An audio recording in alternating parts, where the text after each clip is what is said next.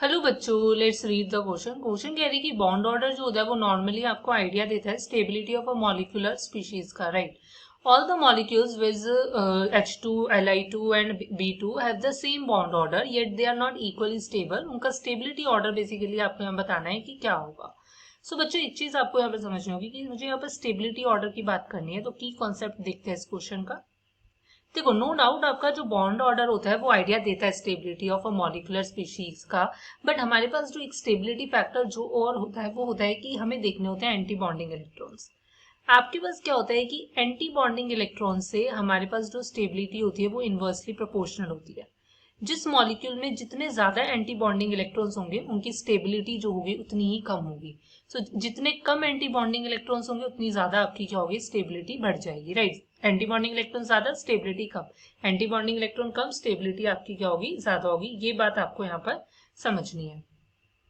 अब अगर मैं यहाँ बात कर रही हूँ, सो मुझे कैसे पता लगेगा कि किसमें कितने एंटी बॉन्डिंग इलेक्ट्रॉन्स है। सो मुझे उनका मॉलिक्यूलर ऑर्बिटल पता होना चाहिए, राइट। मॉलिक्यूलर ऑर्बिटल डायग्राम, उनकी कॉन्फ़िगरेशन पता होनी चाहिए।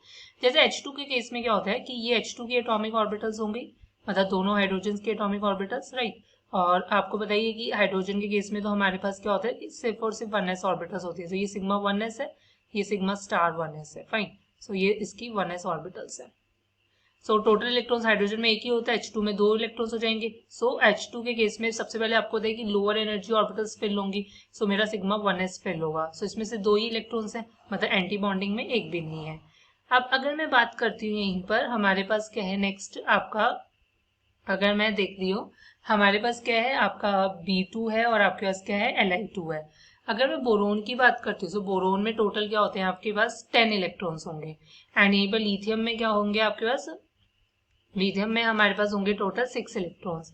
सो कैसे देखोगे, देखो लिथियम की अगर मैं देख रही हूँ, सो अगेन लिथियम में आप कैसे दिखाओगे, ये मेरे पास क्या है, लिथियम की एटॉमिक ऑर्बिटल्स है, फाइन। ये उसकी 1s है, क्लियर। सो 1s, उसके बाद आपके पास क्या होगा, 2s। यहीं पर अगर मैं दिखा देती हूँ ऐसे, ये इसकी 2s ऑर्बिटल्स है। सो आपके पास टोटल देखो, लिथियम में टोटल कितने इलेक्ट्रॉन्स होंगे, 6। सो पहले इनिशियली सिग्मा 1s फिल होगा, फिर सिग्मा स्टार 1s। नेक्स्ट मेरे पास क्या है, सिग्मा 2s। और ये मेरे पास क्या होगा, सिग्मा स्टार 2s। 1 2 3 4 5 6, ओके। सो 6 इलेक्ट्रॉन्स हो गए। सो यहाँ पर मेरे पास सिर्फ एंटी बॉन्डिंग में क्या है, 2 इलेक्ट्रॉन्स है। सो यहाँ अगर मैं एंटी बॉन्डिंग इलेक्ट्रॉन्स की बात कर रही हूँ, एंटी बॉन्डिंग में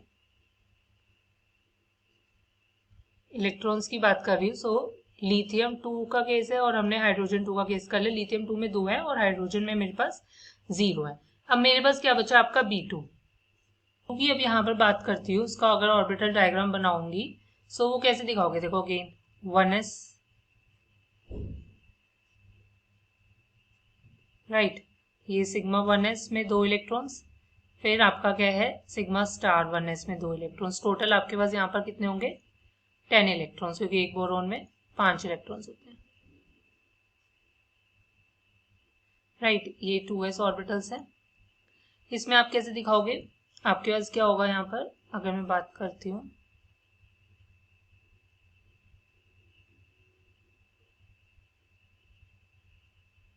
ओके। सो ये एटॉमिक ऑर्बिटल्स हैं और बीच में आपकी ये मॉलिक्यूलर ऑर्बिटल्स हैं। सो इसमें हमारे पास कितने होंगे, 2 और 2 इलेक्ट्रॉन्स। फर्दर अगर हम मूव करेंगे यहाँ पर, अब आपके पास ये तो 1s और 2s की बात हो रही है। नेक्स्ट हम यहाँ मूव करते हैं, आपका हमारे पास अब आपके क्या है, 2p,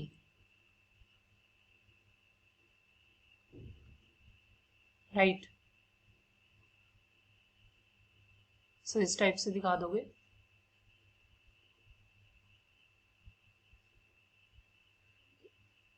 अगर मैं शो करती हूँ,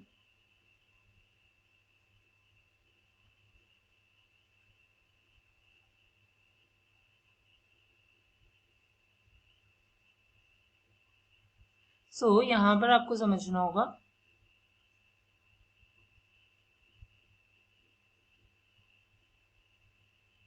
यहाँ पर मेरे पास क्या होगा, टोटल मुझे 10 इलेक्ट्रॉन्स करने, तो 1 2 3 4 5 6 7 8 9 और आपके ये 10। सो देखो ये सिग्मा स्टार 1s था, राइट। ये मेरे पास क्या है, सिग्मा 2s है और ये सिग्मा स्टार 2s है।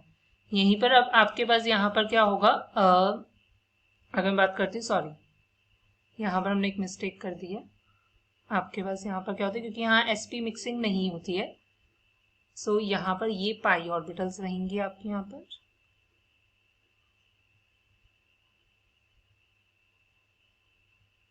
फाइन, और यहाँ मेरे पास सिग्मा रहेगा, तो ये सिग्मा 2p z है और ये मेरे पास पाई 2p x और पाई 2py। सो टोटल कितने मैंने फिल कर लिए, 1 2 3 4 5 6 7 8 9 और ये हो गया मेरे पास 10। बाकी के आपके ऊपर वाले एंटी बॉन्डिंग होंगे। फाइन, सो मैं देख सकती हूँ कि यहाँ पर एंटी बॉन्डिंग में कितने इलेक्ट्रॉन्स है, 1 2 और 3 4, सो 4 इलेक्ट्रॉन्स है।